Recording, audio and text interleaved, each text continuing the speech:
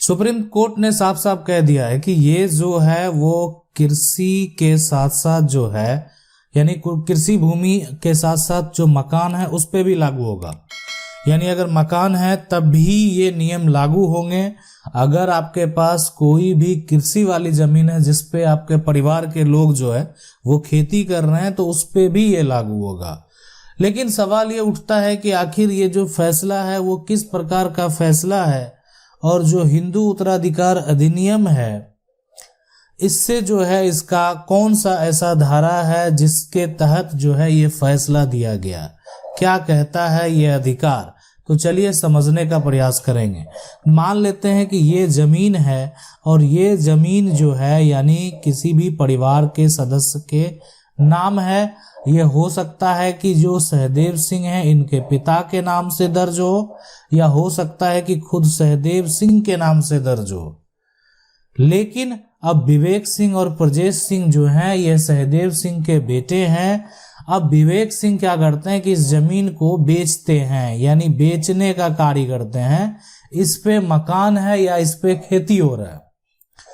तो इसमें जो कोर्ट का जजमेंट है वो जजमेंट आप भी सुनेंगे तो आप हैरान रह जाएंगे।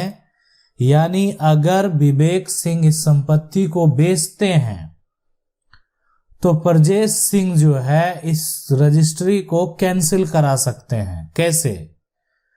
तो इसलिए कि यानी अगर ये संपत्ति जो है उनके पिता की संपत्ति है ना, या उनके दादा की संपत्ति है, तो जिस समय ये देखें जिस समय ये प्रक्रिया हो रहा है एक लॉन्ग टर्म के बाद अगर आप एक्शन लेंगे तो कोई फायदा नहीं होने वाला आपको, ठीक है। लेकिन जिस समय ये प्रक्रिया किया जा रहा है आप अगर उसको जान रहे हैं तो उस समय अगर मान लेते हैं ठीक है उसको बेच दिया गया, उस संपत्ति को आपसे बिना पूछे बेच दिया गया, लेकिन आपको जो भी ये संपत्ति लेने का पूरा मन था, प्रजेश सिंह सोच रहे थे कि संपत्ति अब एक जो है एक तरह से पर मकान बना हुआ है ना। अब एक हिस्सा जो है मान लेते हैं वो खाली पड़ा हुआ है। अब खाली पड़ा हुआ आप सोच रहे हैं कि हम खुद ले लें, लेकिन आपके भाई आपको नहीं देना चाह रहे हैं। वो चाह रहे हैं कि ये हम किसी और अन्य के पास बेचेंगे लेकिन हम अपने भाई को नहीं देंगे। बहुत लोगों का मान लेते हैं ऐसा अगर मानसिकता होता है तो उस केस में यहाँ पर क्या हो सकता है। तो अगर देखें इस प्रकार का कोई भी प्रक्रिया होता है तो सुप्रीम कोर्ट ने साफ साफ कह दिया है कि हिंदू उत्तराधिकार अधिनियम जो है और उसका धारा 22 जो है वो ये कहता है कि कोई भी परिवार का सदस्य जो है वो बाहरी लोगों को बेच ही नहीं सकता। आप कहेंगे ये बिक्री हो रहा है, ये नियम कहता है कि आप कोई भी पैतृक संपत्ति को, है ना, पैतृक संपत्ति को आप बाहरी लोगों को नहीं बेच सकते हैं। लेकिन आप कहेंगे फिर भी तो बिक्री होता है, सबसे ज्यादा बिक्री बाहरी लोगों के पास ही होता है। अभी अगर आप वर्तमान में देखें पैतृक हो या जो संपत्ति हो, लेकिन सबसे ज्यादा जो बिक्री होता है ना वो बाहर के लोगों के यहां ही होता है।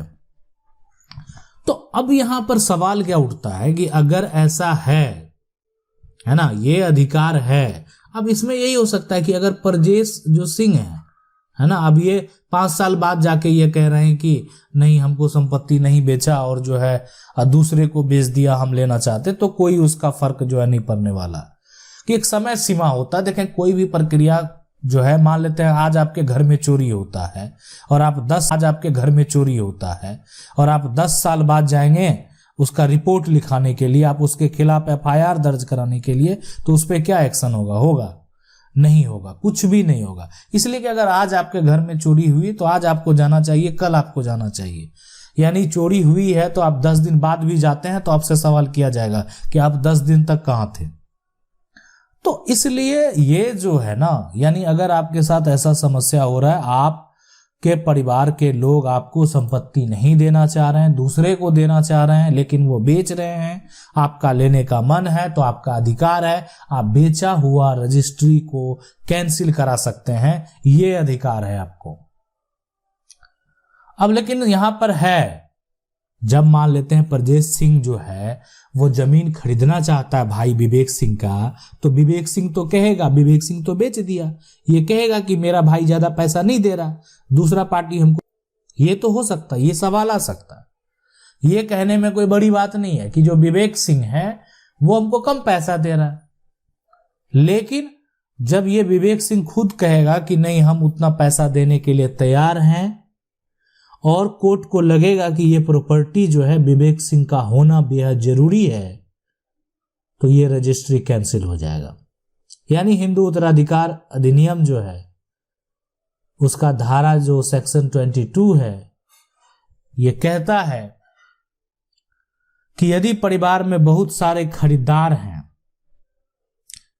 तो मान लेते हैं संपत्ति अगर बेचने में ये हो रहा है कि खरीदार भी परिवार के बहुत सारे हैं, तो संपत्ति बेचने में तो दिक्कत होगा विवेक सिंह को। अब परजेश सिंह मान लेते हैं खरीदार है, लेकिन इसके 5 बेटे हैं।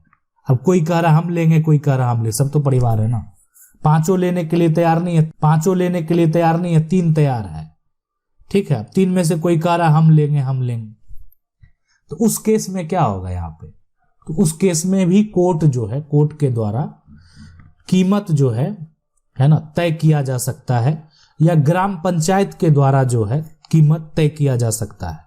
ग्राम पंचायत के जो सरपंच है, नगर पार्षद हैं, तो वो आपको जो है कीमत अगर तय करके देते हैं, तो वो भी एक तरह से उसमें सभी जो लोग हैं उनका अगर सिग्नेचर है, तो वो एक कीमत जो क्षेत्र का है वो तय करके दे सकते हैं। देखें, वो सर्कल रेट तो जो होता है वो तो आपको देना ही पड़ता है। अब यहां पर सवाल ये भी है कि अगर जो परिवार के सदस्य हैं, अगर वो उसको लेने के इच्छुक नहीं हैं, वो नहीं लेना चाहते हैं, तो उसके बाद आप किसी अन्य व्यक्ति को जो है आप संपत्ति, किसी अन्य को आप संपत्ति बेच सकते, ठीक है, अगर कोई नहीं लेना चाहे तो। लेकिन अगर कोई लेना चाहता है तो आपको जो है यहां पर आप समझ लें देना होगा। यह कानूनी अधिकार है उनका। अब यहां पर यह होता है सबसे बड़ी बात कि अगर जो है कोई आपको अधिक कीमत दे रहा है ना, आपके जो एक तरह से जो परिवार के सदस्य हैं वो आपको कम कीमत जो है वो दे रहे थे, तो आप अधिक कीमत वाले के पास जो है बेच सकते हैं। और ऐसा जो है जो रजिस्ट्री का दस्तावेज है उसमें भी मेंशन करा सकते हैं, और साथ में कुछ परिवार के जो सदस्य हैं उनको गवाह के रूप में उस पे सिग्नेचर भी करवा सकते हैं, ताकि कोई परिवार के सदस्य जो है इस बात का सपोर्ट वो कर रहे हैं कि इसमें जो आपने इस पैतृक संपत्ति को इसलिए अन्य लोगों के पास बेचा ताकि जो है आपके परिवार के सदस्य जो लेने के इच्छुक भी थे वो इससे कम कीमत दे रहे थे, तो अब जो है आप यहाँ पर किसी अन्य के पास भी बेच सकते हैं। अब सवाल उठता है कि अगर कोई परिवार का लोग जो है वो पैतृक संपत्ति को खरीद लेता है तो उसके बाद क्या होगा। मान लेते हैं कि ये संपत्ति जो है वो खरीदार जो है वो कौन है, परजेश सिंह जो है वो खरीद लिए हैं। तो अब ये परजेश सिंह को अपना शेयर जो है विवेक सिंह ने बेचा है ना, तो अब ये इनका संपत्ति वो अर्जित संपत्ति कहलाएगा, ठीक है। अब किसी व्यक्ति का कोई अर्जित संपत्ति अगर वो कहला गया तो अब उसका पूरा अधिकार ब्रजेश सिंह का होगा। ब्रजेश सिंह जब तक जो है यहाँ ब्रजेश सिंह जब तक जीवित रहेंगे तो जो उनके उत्तराधिकारी हैं उनका भी उस पर अधिकार नहीं होगा, जो उनके बच्चे हैं उसका भी उस पर अधिकार नहीं होगा, इसलिए कि ब्रजेश सिंह जो है अभी जीवित हैं। उन्होंने अपने भाई का ही पैतृक संपत्ति को खरीदा है, लेकिन फिर भी वो संपत्ति को उन्होंने अगर अपने कमाई से संपत्ति को प्राप्त किया है तो वो उनका अर्जित संपत्ति कहलाएगा, और उसी संपत्ति पे उनके बच्चे का भी दावा नहीं होगा, इसीलिए कि वो जो है जो संपत्ति होगा वो पैतृक से वो अर्जित बन चुका है। अब सवाल एक और ये उठता है कि संपत्ति अगर जो यहाँ परजेश सिंह है अपनी पत्नी के नाम से अगर खरीद लिया है तो उस केस में जो पत्नी है उनका वो अर्जित संपत्ति होगा। पत्नी के नाम से खरीद लिए तो वो पत्नी का संपत्ति हो गया, यानी उस पे पूरा अधिकार पत्नी का भी है, उसमें परजेश सिंह का भी अधिकार नहीं है। पत्नी की मृत्यु के बाद परजेश सिंह का अधिकार होगा या उनके जो बच्चे हैं उनका अधिकार होगा। आशा करते हैं वीडियो अच्छा लगा होगा। वीडियो को लाइक जरूर कर दे। चैनल को पहली बार देख रहे हैं सब्सक्राइब करके जो बेल आइकन है उसको जरूर दबा लें। मिलते हैं अगले वीडियो में, तब तक के लिए।